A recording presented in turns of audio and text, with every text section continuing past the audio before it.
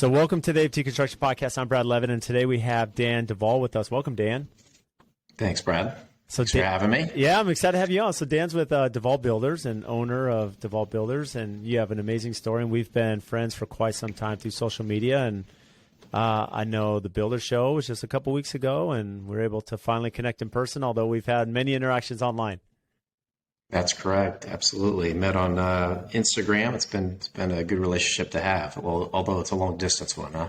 It is long distance, but I'll say there's a couple guests we've had that have been recommendations of Dan that he's reached out, and so big thanks. And I know you've been a big supporter. And it's interesting. I want to get into your background, education, and really how you've built a successful company. And I know that social media has been a big player for both of us. But before we go there, what's amazing from your side is you started young. I mean, you've been in the trades. I believe you built your first home when you were 24.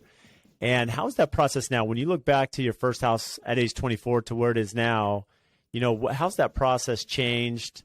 How's the quality changed, the communication, everything that goes with it? Oh, I think the first thing that comes to mind is I could build homes a lot faster back then. Today, even with all the technology we have and email and Zoom and the speed of now, I can't get them built as quickly as I could back then, but that's okay. I'd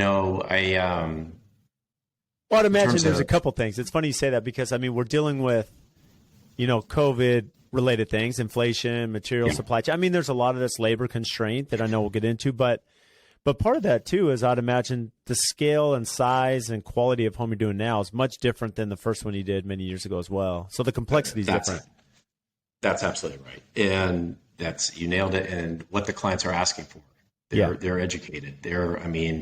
With a couple clicks of a mouse, you can see what Shaquille O'Neal's bathroom looks like, I'm sure. And they're very educated and they want what they want. Makes it fun for us. I think going back that far, the bigger things that we do that are just huge improvements are the building science and how far it's come with construction and how we're air sealing our homes and, more efficient, smaller HVAC systems and everything about that. And it's one of the biggest compliments we get from our homes are the things our clients can't believe is when they move in, just how low their utility bills are relative to their existing home or their home that they may have moved from. So there was a lot of crazy stuff we did back then that I can't believe. I would say one of the crazier things is we used to, there was actually an inspection. It was in the code book, there was an inspection. We would, of course, it was 7/16 OSB exterior walls wrapped in Tyvek, standard batt insulation, but we had to cover the interior walls with a plastic vapor barrier. Yeah, like Visqueen. Yes, it's crazy. And, that caused a whole other series of issues at times with vapor push and that. And there was an inspection for that. They realized, hey, this is a bad idea. Don't do that anymore, builders. So, we've come a long way.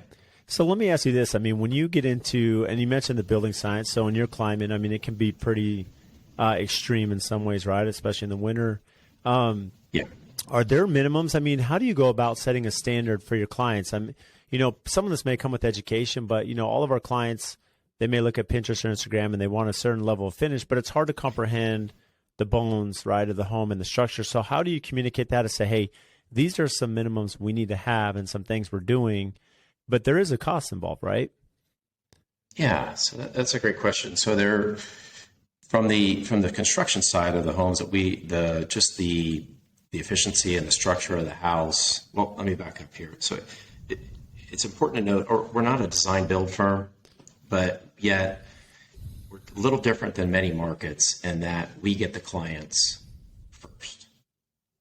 Meet them. Once the relationship's built, it's ready to go, we take them to the architect. Where many markets, the client gets to the architect first, and client and architect show up to the builder. And many of those things, what the wall assembly is, the type of construction, maybe a lot of the finishes and that are already called out. We're just the opposite. So a client comes to us, typically they know us by this point, or we show them some homes, show them how we build, what our pricing structure is. And at some point they got to say, hey, we like you, Dan, we're going to go with you. At that point, there's a pre-construction agreement. We bring in the architect. and we work through that process. So at that point, that's where we get to the talk to the architect about what we want for wall assemblies. And we use zip wall system. We have our standards. We use zip wall on the exterior. We use bibs insulation and so forth. We do some spray foam stuff as well. And that's where we get to the point where we start talking to them about what would be our quote unquote standards. And is that common? I mean, is zip a really common product there in your market? Yeah, I would say it is. It's amongst the custom builders. I mean, we've got some in the semi-custom, and below that, it's more Tyvek and house wrap. But yeah, it's pretty common. It's pretty common. And so from the client side, do you ever find that there's any pushback when, to the best of your ability, especially when they come to you first, Dan, you're going to try to create at least somewhat of a budget, right? Some kind of target and for the house, and you can look at database, you can look at project history, but at some point you have to direct them and say, okay, we're going to have these minimums. And do they ever come back and say, well, Dan, that's interesting. This builder says they can build their house for X dollars a square foot and you're at Y, right? Like, what's the difference? I mean, how do you work through that process with the customer? We try to squash that real early. And, obviously the square footage thing, people say, hey, what do you charge per square foot? My answer is, I don't even know. I don't know. I don't know what I paid for my car per pound either. Yeah. It's just not a good measure of what the value of a home. It is funny you say that. I haven't heard the per pound, but sometimes I'll tell clients, they'll say, the square foot price, right? And do you ever think, well, what's the square foot price of your car, right? And you think about it, well, the square foot of, we'll just say any brand without calling them out, but like maybe it's American made or foreign, as a sedan, but then you can have a very luxury sedan, right? It's the same square footage, but why is the price double or triple? It's the same square footage, but it's really hard to explain to the customer the difference there in a house. It's not like, hey, I'm hiring Dan DeVol, so he's just, because of his name, he's way more expensive. That's typically not the case, right? There's value and there's product you're putting in the home, and there's a cost to it. Right, absolutely. And I think it's a lot of just education on the front end about what we do and being very specific. And we have a lot of years of past homes that we can show them.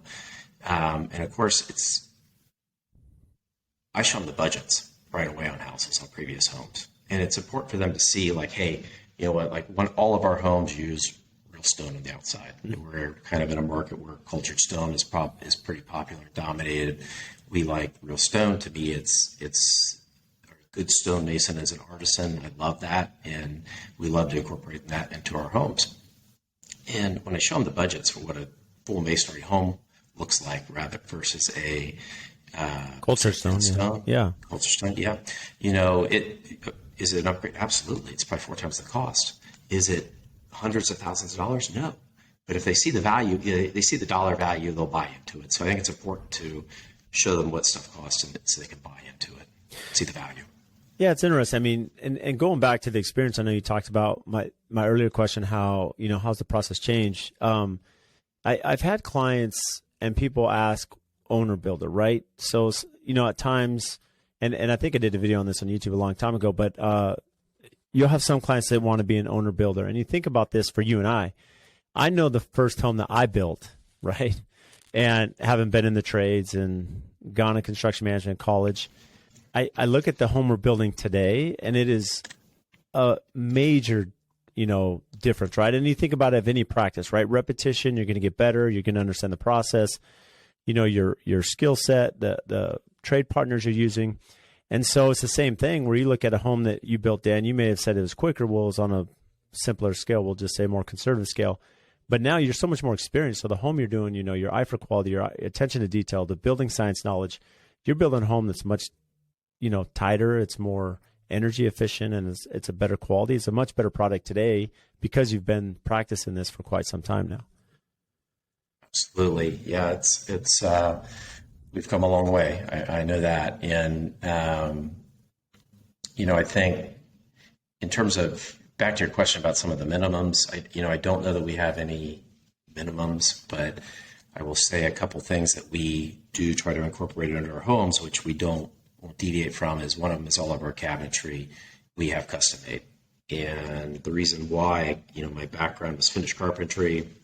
And for years as a finished carpenter, the role was to go in and do all the millwork in the house, staircase, and set cabinets that would be stock. They're delivered in a cardboard box in the garage, and we'd unscrew them, and they'd be fillers and so forth.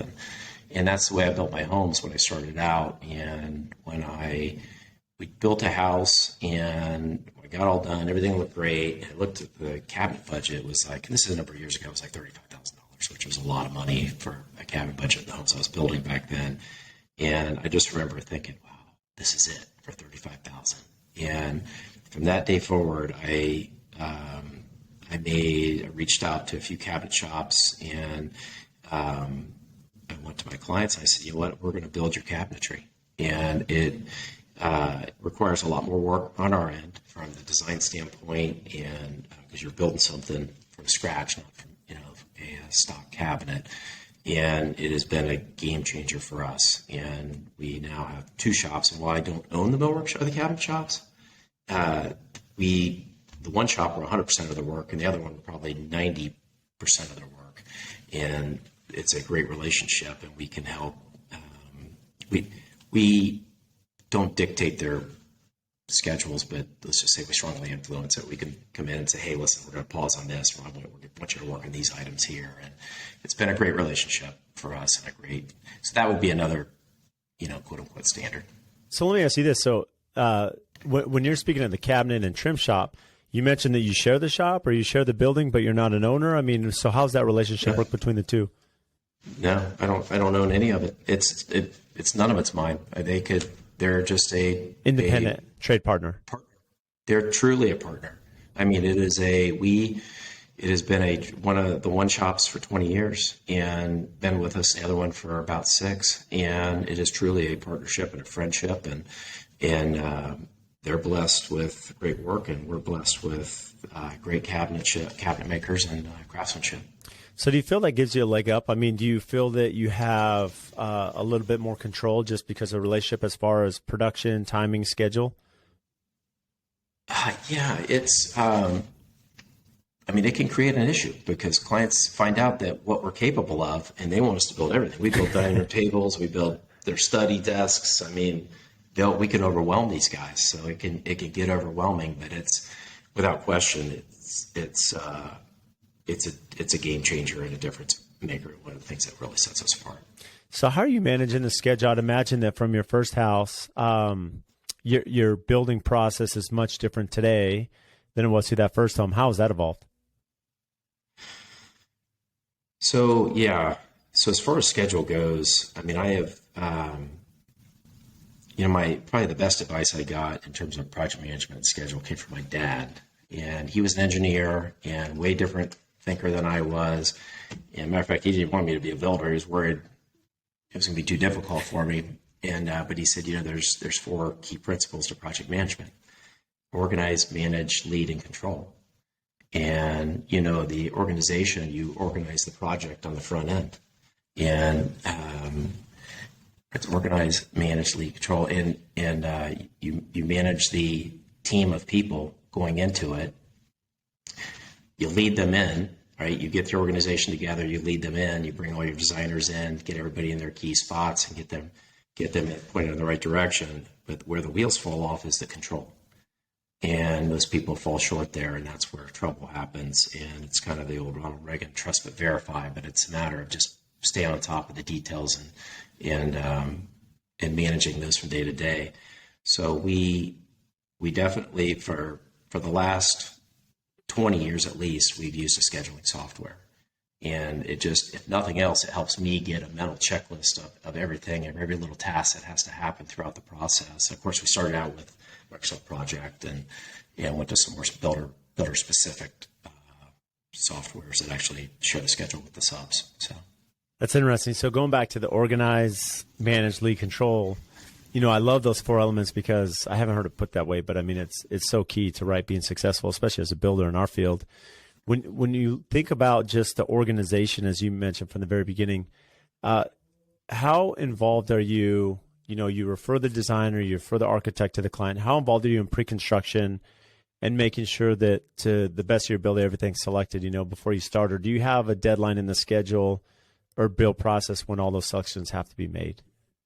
Yeah, so for us, when the client we meet with the clients, everything is good. They understand, hey, we're going to design a home that's going to cost, we're looking somewhere between this and this. We sign a pre-construction agreement. We take a deposit. We bring in the architect. That process could take 10 to say 14 weeks to get the plans complete. We onboard them immediately and start working on selections. And especially in today's environment with, it's going to take 6 months to get windows. It's going to take 10 months to get garage doors. We have had to restructure our selection schedule, which we present to our client, but we onboard them immediately and get them out making selections. And of course, that does a few things. We get to define budget quicker and verify selections, but also make sure that the stuff is ordered that we need. It's going to hopefully be here when we need it. But it also builds that relationship with the client. Before we even break ground, we're building that relationship early. I love that you share that. Not only does it build a relationship, it's interesting because I know a lot of builders as I've networked, and this is a process I think we really struggle with early on, was allowing, the excitement to get going. You have a project, you want to get a shovel in the ground and start moving, and you don't have all the information. You're like, okay, well, this is a long build. We have time to make our selections. Client's not in a hurry, and, things change. Okay, that's fine. And you get the process, and it extends the schedule. And that was always a challenge years ago, even before we were up against what we are now as builders, right? But now, as you mentioned, we have lead times that are asinine. These are lead times that none of us have ever dealt with. Appliances that go from, 4 weeks to 9 months. It's like unprecedented. And so I've seen now that it actually puts a little bit more, the ball in our court, right? A little more leverage to say, okay, Dan, we're happy to work with you, but keep in mind, if with inflation and escalation, if we don't make these decisions now, it's going to really limit us, right, to cost control the project. And the schedule's going to be wide open because we have no ability to order early, and there's so much that goes into planning, but even more so now than ever before. Absolutely. Yeah. And so do you ever get pushback? When you go to a client and say, okay, Dan, I'm giving an example of you as my client, I'm very adamant. Here's our process. We got to get architecture. We have to integrate the designer, a landscape architect, and we have to be done by this date. So when permits submittal, we have everything in our hand. And, how often do you have to get involved to that level with the client just to set that expectation? So one thing we did in the last year is we ended up hiring a staff member that what I was looking for was a staff member that was more of an administrative assistant for me to help document the selections, work through it, and ended up hiring someone with an interior design background. And I didn't think I'd want an interior designer because I didn't want to be an interior design firm. We're home builders. So I don't want to be making furniture, fluffing pillows and that thing. But I realized it's the best thing we ever did, right, is having an in-house interior designer. And bring that in. And my wife works with me as well, and she does that as well. But she does a lot of things. She doesn't just have one role. She does a lot of things. This particular role, though, that's their primary focus. So, I think I don't know that we get pushback, but I think what we do, it's a sales tool for us when we show them our process. We show them how complex. Our scope of worksheet is 45 pages long. Our selection sheet is 2 pages of just everything that has to be picked out. But we break it down into manageable chunks, and we work as a team together to get that done. And I think they realize a couple things. They realize, wow, this is going to be a monumental task building this house. A custom home is a monumental task, number one. And number two, they realize, hey, these people have a process and to manage this for us. So how does that work when you say the scope of work doc is 45 pages? Is this a standard template you have, or are you building it specifically for each project? So yes and yes. It starts with a standard template for us. And, over the years, I've hired building consultants for various things, but early on I hired a guy And he always preached, build the home on paper 3 times before you build it in the field. And what he was saying is, for us, we have the building plans, right? And there's a lot of detail on those building plans, but anything that is vague or uncertain in the building, not called out in the building plans, goes into the scope of work. And our contract states if there's any discrepancy between the plans and the scope of work takes precedence. So it's important for us to define this is what we're building for the client. And it's a standard template that we develop for ourselves, just the way we build. And also from that template and that scope, the trades scope of work is defined. So, and distributed off of that as well. So what's some of the benefit, by creating the scope of work and making sure your trade partners have it as well as your client? I mean, what not only the benefits, but where has that protected you, right, in miscommunication, possible litigation, anything that can go sideways, throughout the process? Right. Great question. Yeah. So again, when you've got a set of plans, and oftentimes they lack, it's not that they lack information, they just don't have all the information. They do. Okay. Yeah. And we have great architects, but they're imperfect too, right? There's things they miss. It's just reality. So. Sure. And again, it's just all these years of building and thinking through situations. And, they're like electrical, for instance, in our homes, there's a certain way we want our homes wired. And there's a certain can that we specify. There's a certain can that we like. There's certain places that we like them. There's certain places we don't want our switches. All this goes into the scope and gets dispersed to the electrician. And so it is all there to protect us and protect the client. And we have a real detailed process too, if that scope changes at all. If there's a request from the client, if there is something that happens outside of either the client or the builder's control, there's a change from the scope, it gets documented and captured. I love that you do that. I've seen, as a company, as we've worked to refine that scope of work, right? And really what it comes down to is whenever you're on a project, you're dealing with all these interpretations. So the client has their expectation of what it'll look like. Dan, you have yours as the builder. Designers involved has theirs, the architect has theirs. And so everyone has a view, and something may be installed and they're like, hey, that's not correct. That's wrong. I didn't understand it to look like this. And what we found is that through the scope of work that's detailed, right, that really does help, any of that misunderstanding and confusion, especially with the trades. Because one thing I've seen, the GCs that actually spend time creating a scope of work before they send it out to bid, right? Or even after the bids are complete, before they go to contract, they go back to the sub, and instead of just signing their proposal, they're actually sending a contract back and they're writing the scope down. The value there is that now that trade's going to go through and read the scope that you're dictating to them. And we may have picked up something that they missed, right? Or there may be some misunderstanding and say, well, I didn't have that in my bid. So at least you can get to common ground where you're not agreeing to a number that may be wrong because there's stuff missing or stuff added. Yep. And it goes out. It comes back the other way sometimes. Sometimes the trade comes back to us. It says, hey, listen, there's some things that I think we should probably add on this one and get this the way we need it to be. And because most of our trades, we don't like to deviate. Like, we have the same trades we use throughout. We use the same big electrical company, but we get the same electrician on all of our homes. But it's not uncommon during the bid process to have the scope changed as a result of feedback from the trader or the vendor. Yeah, and it can change, but by having at least a base point, right? What you're mentioning, I mean, it's just it just clears that communication. So how are you organizing that scope of work doc? I mean, is this just a separate document you're sending out, or using any software, behind the scenes? Yeah, so we're pretty invested in Co-Construct. It's been we were one of the first builders to be on I think we were one of the first 100 builders to be on the system, and we've used these type of systems. There was one prior to that. It predated Builder Trend and Co-Construct completely. It was called Build Links. You remember that? I actually don't.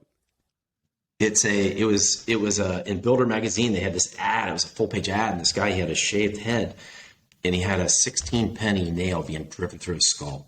It was a horrific ad. It was disturbing to look at. It was just like, this guy was like in agony with his selection and his communication. So anyways, I started out with that program. I bought it at the Builder Show. I don't even remember the year, probably the mid 2000s. And this is back when you didn't really have Wi-Fi connectivity in the field very good. And it was just not, I flew to North Carolina to get implemented on this thing, and it was just not very good. It's not, this company's not even around anymore. And then, of course, the Builder Trends of the world and the Co-Constructs came on, and I ended up connecting with Co-Construct, and we've been with them that whole time. So within Co-Construct, that's where we write our scope. It's all right there. Yeah. And so what are some of the features? I know early on you said you used Microsoft Project as you're trying to figure out scheduling. I mean, did you end up evolving that and moving all into one central place with Co-Construct? Oh, yeah. Yeah. We try to keep everything within the system. I mean, it's perhaps it doesn't do everything. There may be things more robust, right? But the value of keeping everything in one place is huge. And so for us, I mean, that entire system, we do our job scheduling, write our scope of work for the project, do all of our bidding, do all of our estimating. I rarely open Excel anymore. Do all of our estimating, accept our bid. The vendors get their bids accepted through it, write all our purchase orders, do our budgeting. I would say the majority of our jobs are open book, so our clients see the budget through it. It's a robust tool and for us. And I would say that the biggest feature that we use and is we do all of our communication through it with the clients. Once the job starts, we bring them in. There's a way to bring them in the system during pre-construction without showing them the system, and because we won't show them the entire system until they are under contract and ready to go. Once they're under contract, we bring them in the system, and then from that point forward, that's when we do onboarding. And that's the key thing with any of these systems. If you're a Builder Trend, if you're a Co-Construct, it is important to have that thing, have a system that works for you, but also have a good system, way to onboard the client. Is there's some learning curve to it. It's important to be there to onboard them, but we do all of our communication through it. And I think one big thing we stop is text messaging with our clients. We don't text message anymore. And in that way, when a message is through the system, which could be as simple as responding to an email that was generated through Co-Construct, it hits myself, our staff accountant, our designer, project manager, my wife, and both spouses. That's the most important thing, both spouses. Yeah, you got to keep everyone on the same page. So that's interesting. So are you using, I understand the text messaging, because text messages, it's really hard. Even if the client may reach out and say, hey, Dan, we want to make this change, that's fine, but we could take them over to, Builder Trend or Co-Construct and, take that message there so it can be tracked. I mean, are you doing any of this communication via email, or are you trying to keep everything through the platform? Oh, it's through the platform. Yeah, absolutely. So there's an app which, you can communicate through. You can log into the computer and communicate through it. But obviously when you send an email out of the system, when you send a message through Co-Construct, everybody gets an email as well. So you can just reply to the emails. But the key thing is you write your scope in the system. Okay. Permits, foundation, frame materials, exterior trim materials, cabinetry, countertops. So the key thing is if the client has a question about cabinetry, they go to the cabinetry scope. They have a question about the cabinets or the countertops, they go to the countertop scope. And that way the threads of communication are right where they need to be. So you don't want to go to the windows and talk about their cabinets. Believe it or not, it's not a difficult thing to pull off with the clients, and it really, the one thing that keeps me sane, at the end of the day, every single day, my email is down to zero. My inbox. I don't want any emails in my inbox. And because the nice thing about using a system and like this, whether you use Builder Trend or Co-Construct, if you commit to doing all your communication through it, you really can delete all your emails because it's kept within the system. I love that. And the thing is, it's such a resource, because if you have to go back, or it's easy to follow, as you mentioned, you can keep it where it needs to be in that program. And additionally, you can even upload spec sheets, cut sheets for appliances, for, as you mentioned, cabinet drawings. I mean, all that could be up there for anyone at any time to view or look at. Absolutely. Yeah, absolutely. And so you mentioned, it's funny because you and I met in Vegas, actually, at the Build Show in person, I think, the first time. And you mentioned this comment that you signed up early on at the Build Show. So, I mean, has this been something that's been common ground for you to attend? The Build Show? Yeah. Yeah. So I think the first year I went was 2000. And I've missed one since, when one of my sons was born. And it's a way for me to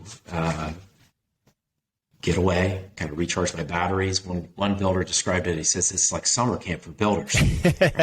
Right? It's there's so much good there. You've got the floor, which is all the vendors, and working your way through that and seeing all of the products. You've got all the seminars, and then the other thing, it's all the networking with the other builders. That is just fantastic, and we've gotten a lot out of that show over the years. So we make it we'll be there. We'll bring our whole team this year. So. Oh, that's amazing. Yeah. And so do you find benefit meeting with vendors? I mean, what is the best benefit? The classes, for anyone that's maybe thought about, should I attend the build show? I mean, how has that benefited your business? That's a great question. So I think the best benefit's the networking. I think as builders, we are going to get some of our best education by talking to other builders, and that's why I love, become such a fan of podcasts, and your podcast, and it is you're hearing other builders talk about their experience, and you might get a nugget of information that may change a piece of your business. So really getting there and networking with the other builders is huge for us. I do like the seminars. I think a lot of the seminars are builder led, and that is good. We've spoke at seminars over the year. One year, I think I spoke at 3 seminars, and I was busy. Man, you really don't get much builder show time when you do that. It's a commitment to do that stuff. But anyways, that is good. And then the vendors, when you go, when you walk the show floor, they've got it broke down into the technology section, the tools section, the kind of the kitchen and bath or whatever. Yeah, absolutely. Yeah. So, you can blow through that stuff. It's in Florida this year. So I would say if you haven't been to the show, walk the show floor quickly, and then try to, make notes and fall back to the vendors you maybe want to spend some time with. And then there's South Hall. There's the Central and North Halls, but South Hall is where all the new vendors go. And it's actually that's a fun one to hit. And I usually save that for my last day because you might find some really unique stuff there. Yeah, I love that. That's interesting. And so, so let me ask you this, because I found value in the networking, and probably something that, by attending the event, I didn't realize how valuable it'd be. You go out to dinner, you're meeting with other builders and understand the process. And it was actually at the builder show in Orlando before you and I met in Vegas, before we went to Vegas. And there was a builder I really respect here, and he had talked to me about the Builder 20 program, and he pulled me aside and at the show, and he said, "Hey, Brad, you need to go talk to NHB. And you need to look at being part of this Builder 20."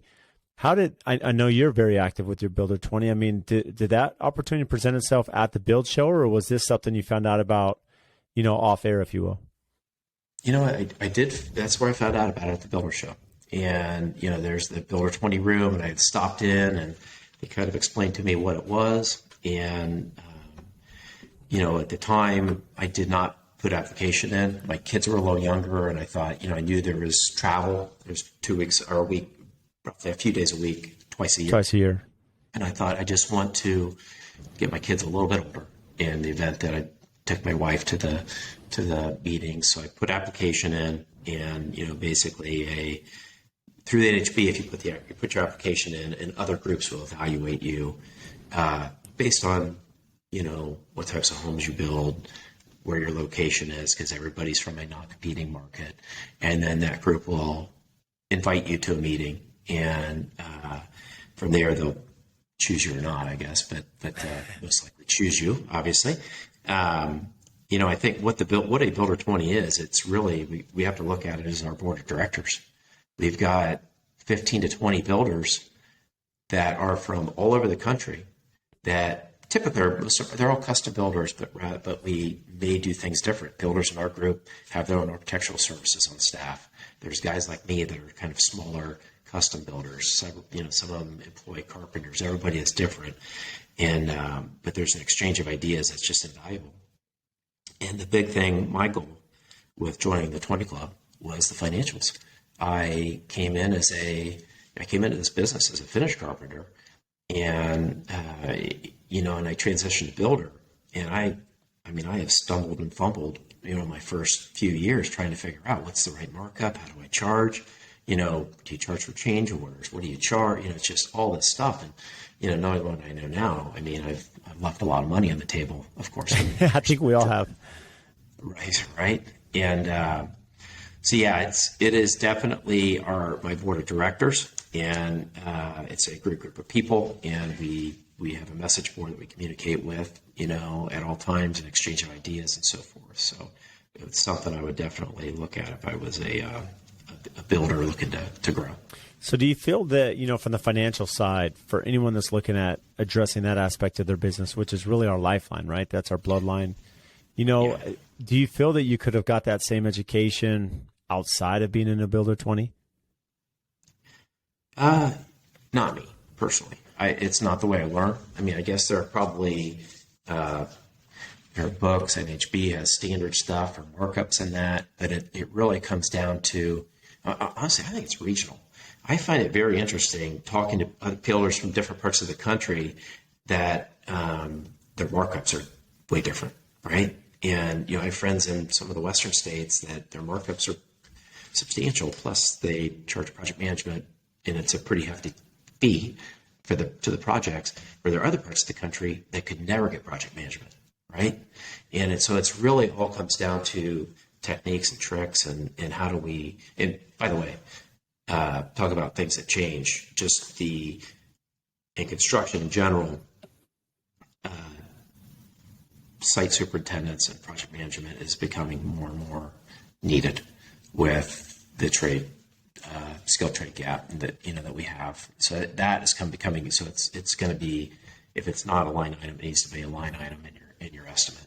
So I love that you shared that, because this is a really important topic, and this has to do with a lot of challenges we're dealing with as builders. Is that I'll have clients, that will ask that, like in the line item, well, what's the superintendent? What's the purpose, right? Can't you just hire a framer and they're going to come out and perform their scope and move on, and then you schedule the next one and it's pretty light lifting? But you and I know, Dan, from building a house, like to build a custom house, you have to have someone there every day, and they have to have their sites, and you have to, I don't want to use the term babysit, but there has to be some proactivity from the superintendent. This is where we've been, I feel like in our production meetings that we have regularly with our team, we use the term being proactive, right? You have to be proactive, not reactive. And there's so much to be said for, and this goes back to how you're organizing your systems. Each superintendent has to understand if the design book is 5 inches thick and it's that big binder, or the plan set, you have to know every detail, every spec that's going in that house. And there's so much coordination. There's so much back and forth. There's so much that has to be diagnosed by that superintendent. That person, they have to be on site. I mean, this is, and with the skills gap that's happening, like, the subcontractors and trade partners, they're dealing with this challenge. They don't have people as skilled right now, so they actually need someone such as yourself, Dan, that could be out there and really help guide them through. Yeah, absolutely. And it's the two things: the skills gap and the complexity of the homes. Both those two things require the site supervision, but also the project management from inside the office. Somebody's got to convey all that in that. And I'll tell you one thing we have implemented, and it really came from my inside staff, was site meetings weekly on the site and with the client, and those have been huge for us. I mean, we're dialed in with the clients through co-construct. A lot of the communication is clear. All the specs are written. Everybody knows what's going on, but nothing is like actually being on the job site and reviewing those details with the client and the site superintendent. Yeah, and going back to the Builder 20, it's interesting as you're talking about pricing. I think, the reason I asked that question is from my side too, social media gave an avenue, right, where I could connect with builders that I didn't compete with, that are willing to share, hey, how do you deal with this challenge? How are you doing with this price or product or whatever it may be? But what I found with the Builder 20 is, having joined on myself, is that it's unique, as you mentioned, board of directors, where you're actually accountable. I know for us, we sit in our meetings and we're going through financials, and I'm on the hot seat. Okay, so all 19 builders are looking at me. Well, Brad, why are you doing it this way? Why did you lose money here, right? Why are you paying this? Why are you doing this? And so you really get scrutinized. Brad, why is your social media budget so high? Right. Yeah. And so, like, you're under the microscope from all these people that are your peers, but it's in a it's in a way to better your business, right? It's not something where, hey, just being open. This is how I understood this, how I was trained, how I learned it. And I remember, some builders and, who do cost plus in other markets are like, no, this is how you address this. This is how you cover your costs. Because at the end of the day, we have to be in a position where it could be profitable so that we're here to perform for our client, right? They want to hire someone that's not going to go under at the next recession. You need to be in a position where you can warranty your product. And, that brings some value to the clients as well that are, when they're putting a big investment in you. Absolutely. Absolutely. Yeah. I think I agree with you 100%. The financial, we do our financials in the spring. Fall is typically something a little bit funner. Maybe we bring in a speaker, but the financials, it can get rough. Yeah. I mean, it can get rough. And the nice thing about being in the group, we've been in our group, I think 7 years, and we track our financials and you can see graphs, and it's just nice to see each builder tick their way up and grow. And that's the benefit of it. And the NHB does a nice job. While our financials may all look different, our balance sheets all look different, there's a form and we input our financials into this form and it puts us all on the same page, which is nice. So how do you go about vetting new people in the group? Now that you've been in the group for 7 years, Dan, does the NHB reach out to you and say, hey, here's some applicants, or are you finding them on your own? So a great question. I chaired the group I think for 2 years, and we have a membership chair, and NHB does share with you the list of applicants. And it's every year at the Builder Show, you're going to get a bunch of people that go in and fill an application out for the Builder 20, and they're shared with you. And you can make contact with those folks and just do kind of a dry run interview over the phone, and then the group will, invite. So this year, the list was just, we had our eyes on a few people and they got invited to other groups. And I went back to my group and said, hey, I knew 2 guys on Instagram I really like, and I'd like to invite them. And the group was good with it. So that's the first one we've ever done that. And it's going to be a huge success for us. So they're both in the group. We're excited about that. Hey, there you go. Cheers to Instagram, right? So you found them through the recruitment of social media. Now, were they already NHB members, or did they have to join and go kind of through that paperwork side? Yeah. So I think one was an NHB member and I think one was not. Yeah. So one had to join, I believe. I can't recall which one. So how quickly did your pricing format or process change, being in the Builder 20? Oof. So not super quick. Okay. It was not easy. And honestly, I went to dinner with one of the builders and he just let me have it. And he said, hey, you know what? You're an organized builder. You build a nice home. You just raise your prices right now and you tell them this is what you charge.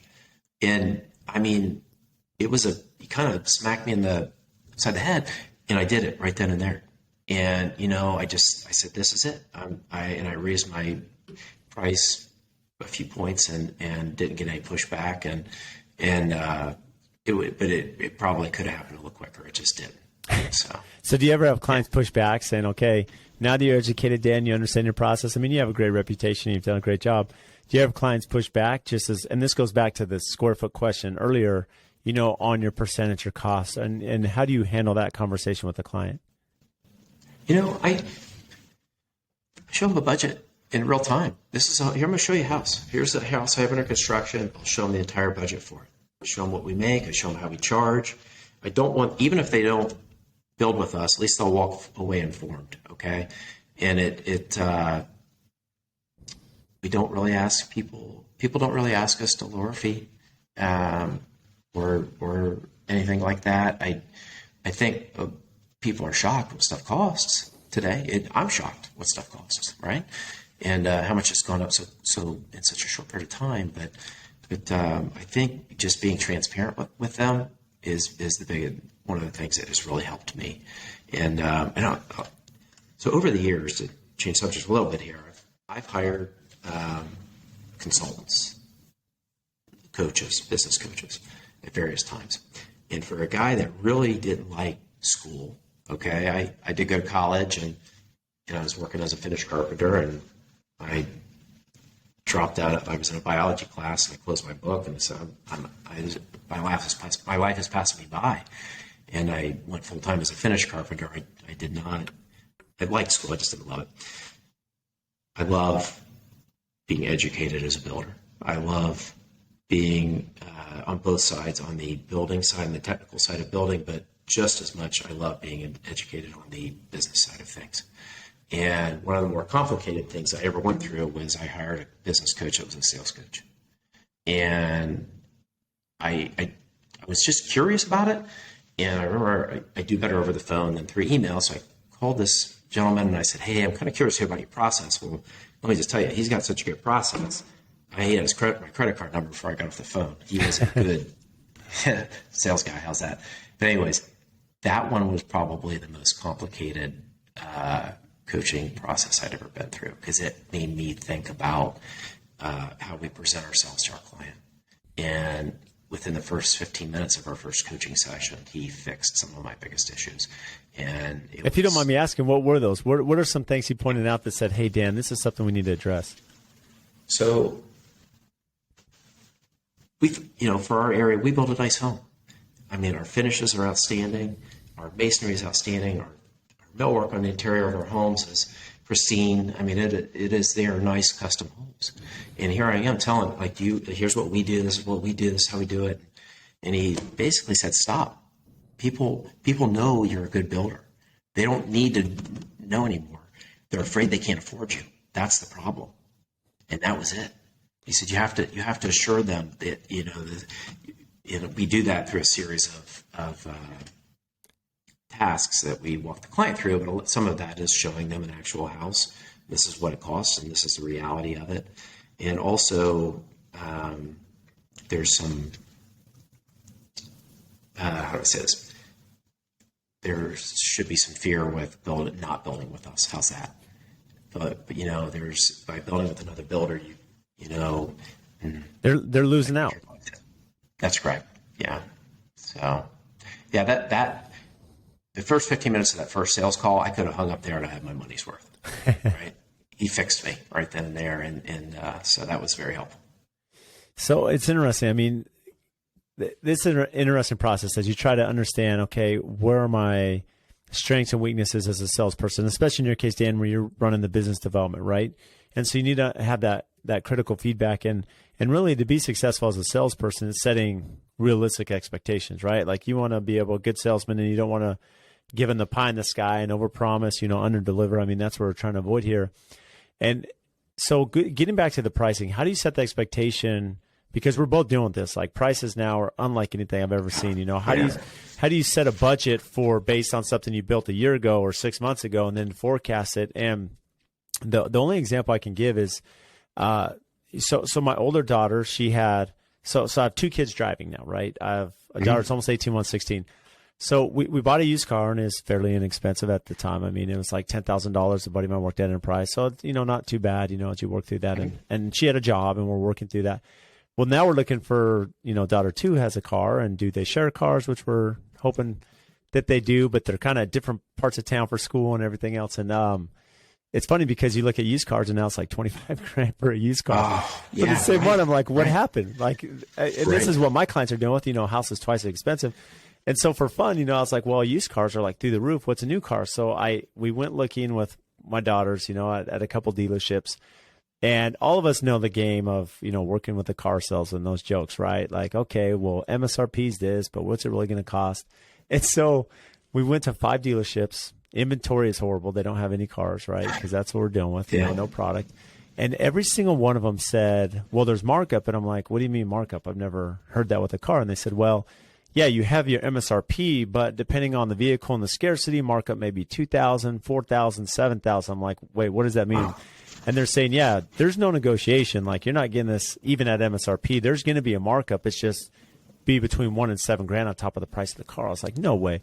And so I went to like 5 dealerships, 5 different brands, and they all had it. And it's interesting to think how that market's changed. And so they did set clear expectations. So now I know what I'm up against if, depending on what you got to figure out, which is a long ways away. But how are you doing with your clients, knowing that this pendulum is moving so quickly? Well, the the ones that we currently have in design and developing their budgets for their homes, we're doing the best we can with we get solid quotes on everything. We obviously, as soon as we can, we get a purchase order out on them and lock that price in. So there are some things, obviously lumber is starting to tick back up. Yep. And there's anticipation that lumber may be back to summertime prices by the spring. And so we're, just building in some contingencies at each line item to hopefully counteract that. And some of our clients, some of them have bank loans, and this is, they've got what's in that bank loan. Some are not. Some have access to more funds, but it's not, neither one's going to like paying more for a lumber package, right? Mm-hmm. And but we try to build contingencies in where we anticipate electrical wire this year. Electricians, the first time ever I've had the trades come back to me and say, hey, I got to charge more.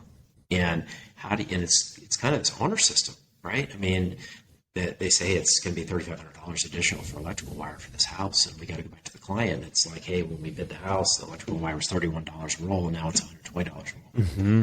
And but the good news is the clients they understand.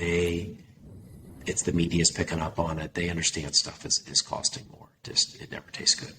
Yeah, it doesn't. It's always a tough conversation. At least now, as you mentioned, and it's very similar. And, the best advice I could give is when we sit down with our customers, it's very similar that maybe the lumber line, we can break it apart and say, okay, trusses is this, hardware is this, labor is this, lumber is this, and separate as best as we can.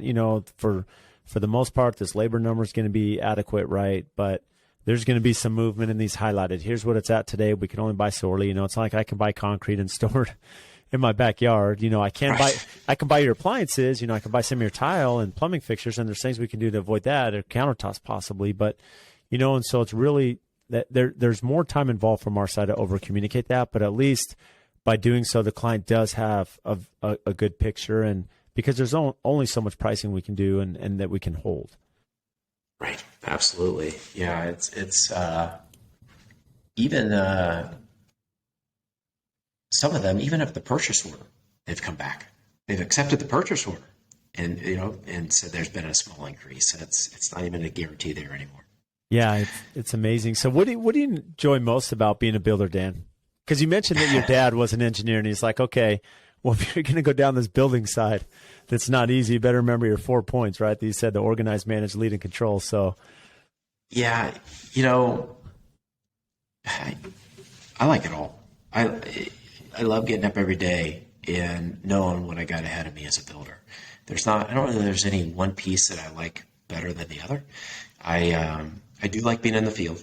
I like, as one of the builders in my 20 club, oh, you like the smell of sawdust. That's what you like. I said, yeah, I like the smell of sawdust. And one of my favorite phases of construction is the foundation. I'm there when we excavate day one and set grade on the house. I'm there for every single time. And it's one of the more critical pieces of set grade on the home. It's one of the critical pieces of the construction, and I'm there for that every single time. And I love it all. It's challenging. Hey, it is challenging at times. It can be stressful at times. It can be, but it's incredibly rewarding. And at the end of the day, it's about relationships. It's about relationships with our team members that work for us.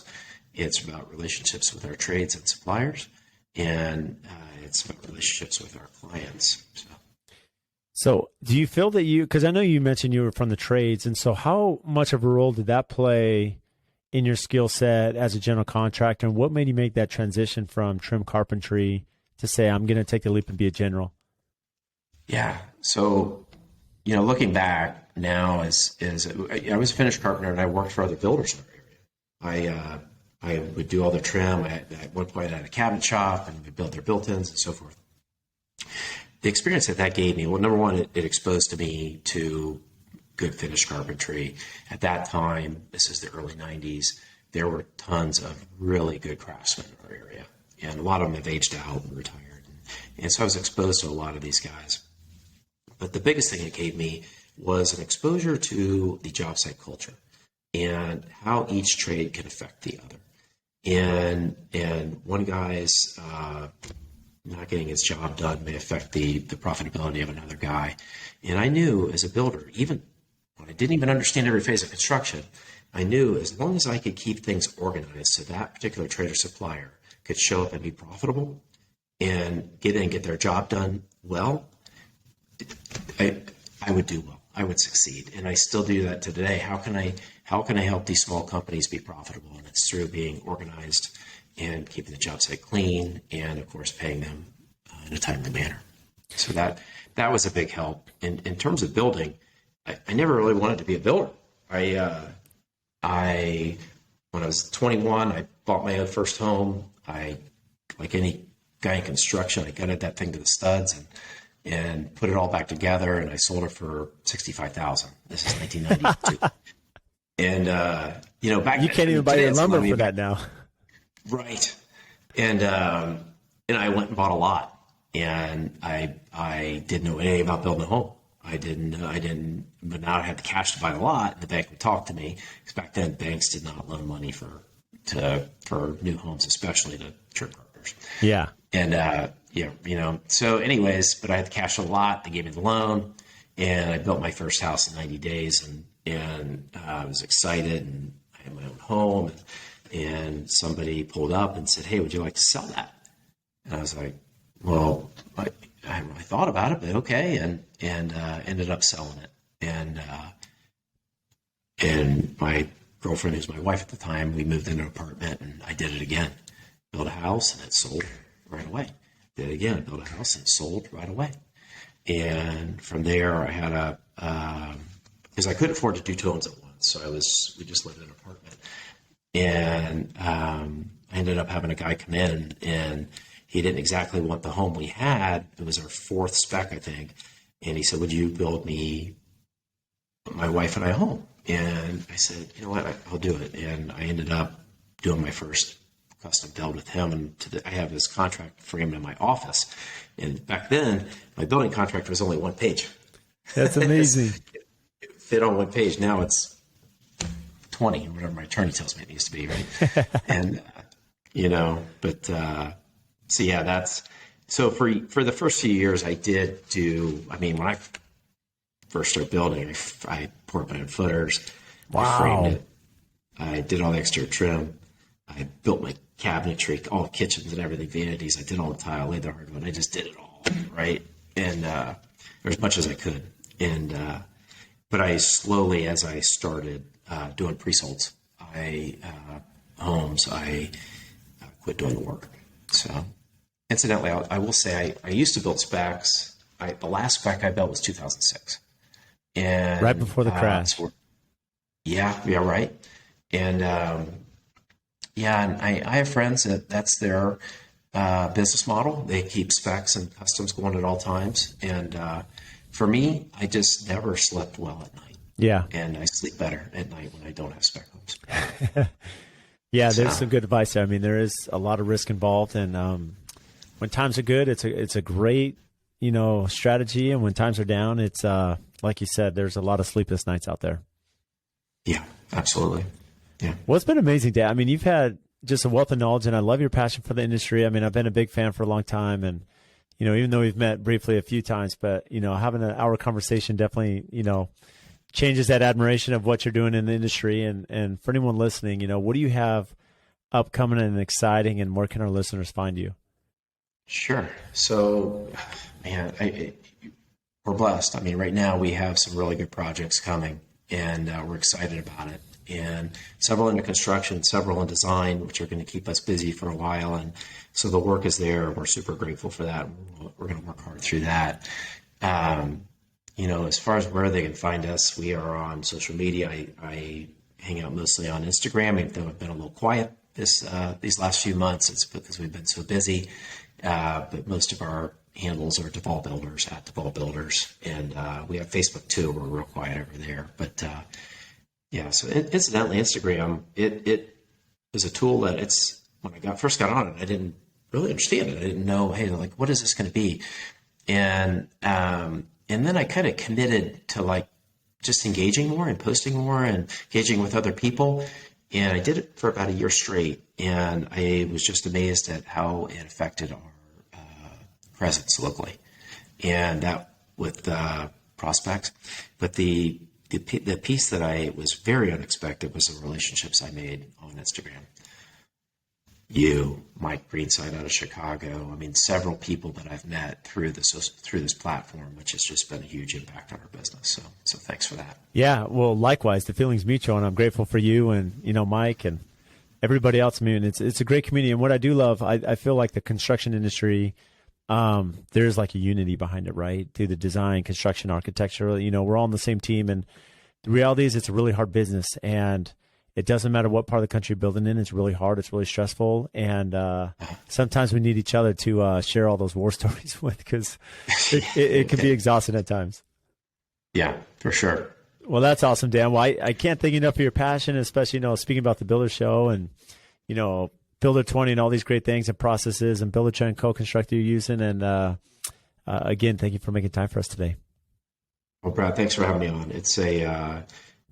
I really appreciate that you do this podcast. It's a learning tool for many, many people, and I appreciate being on. It's an honor.